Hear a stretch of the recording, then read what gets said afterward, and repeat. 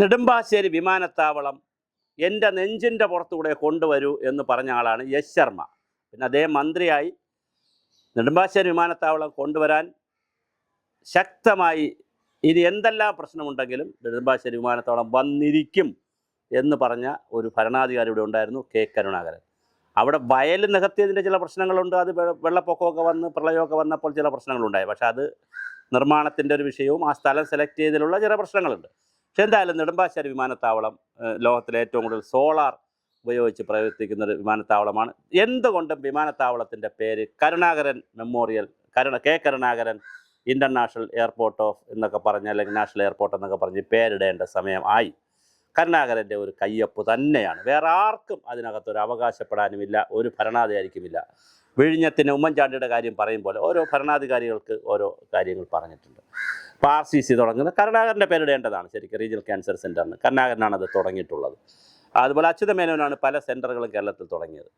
അപ്പോൾ അത് അങ്ങനെ ഒരു കഥയുണ്ട്. എന്തായാലും തൃശ്ശൂരിൽ പത്മജ ചേച്ചി ഇങ്ങ് എടുക്കുമോ തൃശ്ശൂരിനെ എന്നുള്ളതാണ് സുരേഷ് ഗോപിയുടെ സംശയം. എന്തായാലും കഴിഞ്ഞ തെരഞ്ഞെടുപ്പിൽ നേർക്കുനേർ മത്സരിച്ച സുരേഷ് ഗോപിയും പത്മജ ചേച്ചിയും ഇപ്പോൾ ഒരു പാളയത്തിലാണ്. അതാണ് ഇപ്പോഴത്തെ തൃശ്ശൂരിൻ്റെ കൗതുകം. മാത്രമല്ല, പത്മജ ചേച്ചിക്ക് വേണ്ടി ബ്രാൻഡ് അംബാസഡറായി നിൽക്കുന്നത് സുരേഷ് ഗോപിയാണ്.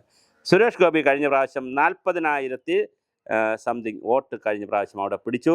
43,000 വോട്ട് പത്മജ പിടിച്ചു. 44,263 വോട്ടാണ് ബാലചന്ദ്രൻ പി ബാലചന്ദ്രൻ CPIയുടെ പി ബാലചന്ദ്രൻ പക്ഷേ അവിടെ ഒരു വലിയ രസകരമായ കാര്യം കഴിഞ്ഞ പ്രാവശ്യം നടന്നത്, ഈ 1000-1500 വോട്ടിന് താഴെ വരുന്ന വോട്ടിൽ പത്മജ തോറ്റെങ്കിൽ അത് കോൺഗ്രസ്സുകാർ കാലുവാരിയതാണ് എന്നുള്ള കാര്യത്തിൽ ഒരു നഷ്ടവുമില്ല, ഒരു കഷ്ടവുമില്ല. പത്മജയ്ക്ക് നന്നായി അറിയാം കോൺഗ്രസിൻ്റെ ആളുകൾ അവിടെ കാലുവാരിയതാണ്, കൃത്യമായി അവിടെ കാലുവാരിയതാണ്.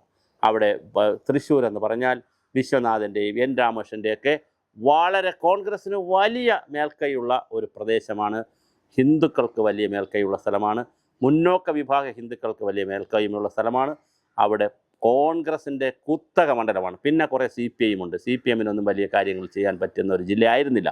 പക്ഷേ അത് മാറി പത്മജയെ പാരവച്ചു തോറ്റു എന്ന് തന്നെ പറയുന്നതാണ് ഏറ്റവും ശരി. അത് ഏറ്റവും കൂടുതൽ പറയുന്നത് ഞാനല്ല, പത്മജ വേണുഗോപാൽ തന്നെയാണ്. എന്തായാലും ഇപ്രാവശ്യം നിയമസഭയിൽ, ലോകസഭയിൽ സുരേഷ് ഗോപി അവിടെ വന്നിട്ടുണ്ട്. അപ്പോൾ സുരേഷ് ഗോപി ഒരു എഫക്റ്റ് അവിടെ ഉണ്ട്. മാത്രമല്ല, ഇപ്പോഴത്തെ പഞ്ചായത്ത് രാജ് സ്ഥാനങ്ങളിലുള്ള തെരഞ്ഞെടുപ്പിലും വലിയ മുന്നേറ്റം ഉണ്ടാക്കാൻ BJP കഴിഞ്ഞിട്ടുണ്ട്. പത്മജ വേണുഗോപാലിൻ്റെ ഒരു ഏറ്റവും വലിയ അഡ്വാൻറ്റേജ്, അവർ ജയിക്കുമോ ഇല്ലേ എന്നുള്ളത് രണ്ടാമത്തെ വിഷയം. രാജൻ പള്ളത്തും അതുപോലെ തന്നെ ആലങ്കോട് ലീലാകൃഷ്ണൻ എന്ന് പറയുന്ന സാഹിത്യകാരനും അതുപോലെ പത്മജ വേണുഗോപാലുമാണ് സ്ഥാനാർത്ഥി.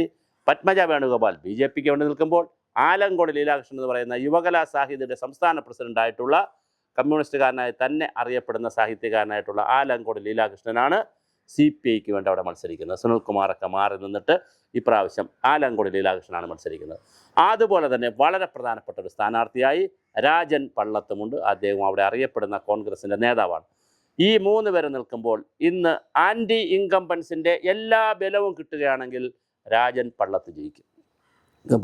പിണറായി വിജയൻ്റെ ഭരണത്തിനെതിരെയുള്ള എല്ലാ ആൻറ്റി ഇൻകംബൻസും കൂടി ഒന്നിച്ച് പ്രവർത്തിക്കുകയാണെങ്കിൽ രാജൻ പള്ളത്ത് ജയിക്കും.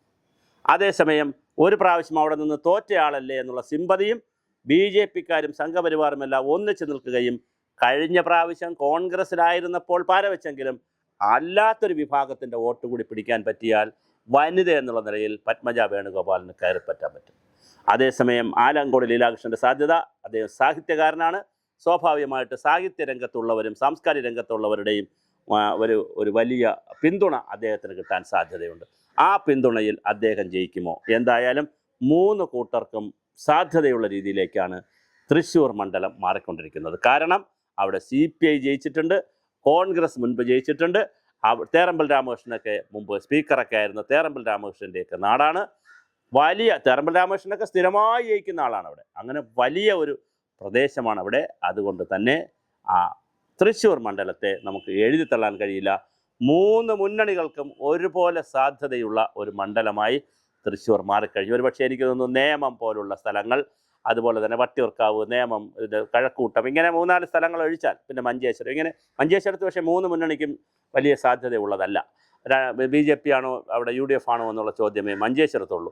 അതേസമയം വളരെ അപൂർവ മണ്ഡലങ്ങളിലാണ് 3 കൂട്ടരും ഇഞ്ചോടിഞ്ച് പോരടിക്കുന്ന മണ്ഡലം. അതിൽ വളരെ പ്രമുഖമായ ഒരു മണ്ഡലമാണ് നമ്മുടെ തൃശ്ശൂർ. അതുകൊണ്ട് തന്നെ പത്മജ വേണുഗോപാൽ ജയിക്കുമോ, അതോ അവിടെ രാജൻ പള്ളത്ത് ജയിക്കുമോ, അതോ ബാലചന്ദ്രൻ്റെ പിന്മുറക്കാരനായി CPI-കാരനായിട്ടുള്ള ആലങ്കോട് ലീലാകൃഷ്ണൻ ജയിക്കുമോ?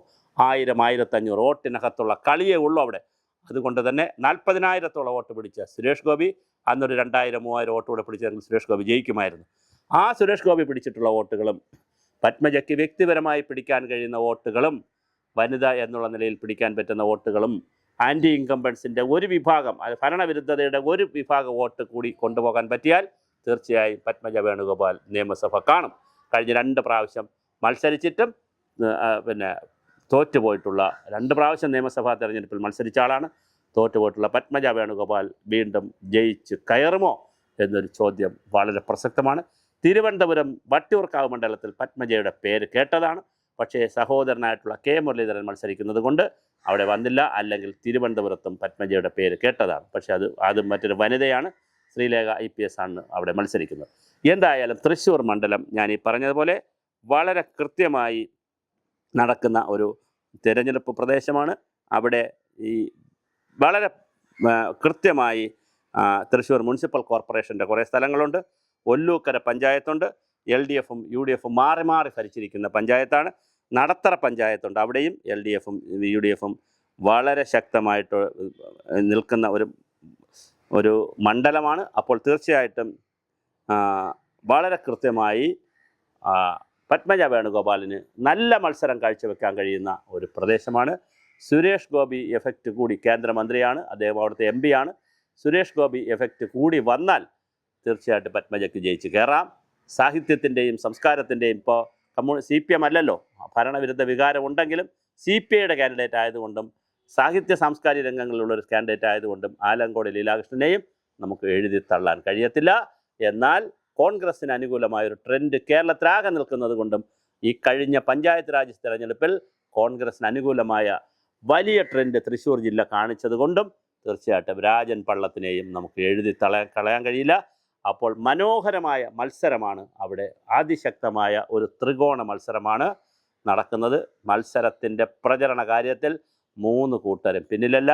ഇപ്പോൾ ഒരു അപ്പർ ഹാൻഡ് നിൽക്കുന്നത് പത്മജ വേണുഗോപാലാണ്. കാരണം അവർ വളരെ നേരത്തെ സ്ഥാനാർത്ഥിയാകുമെന്ന് അറിഞ്ഞതുകൊണ്ട് തന്നെ മണ്ഡലത്തിൽ നിറഞ്ഞിപ്പോൾ നിൽക്കുന്ന പത്മജയാണ്.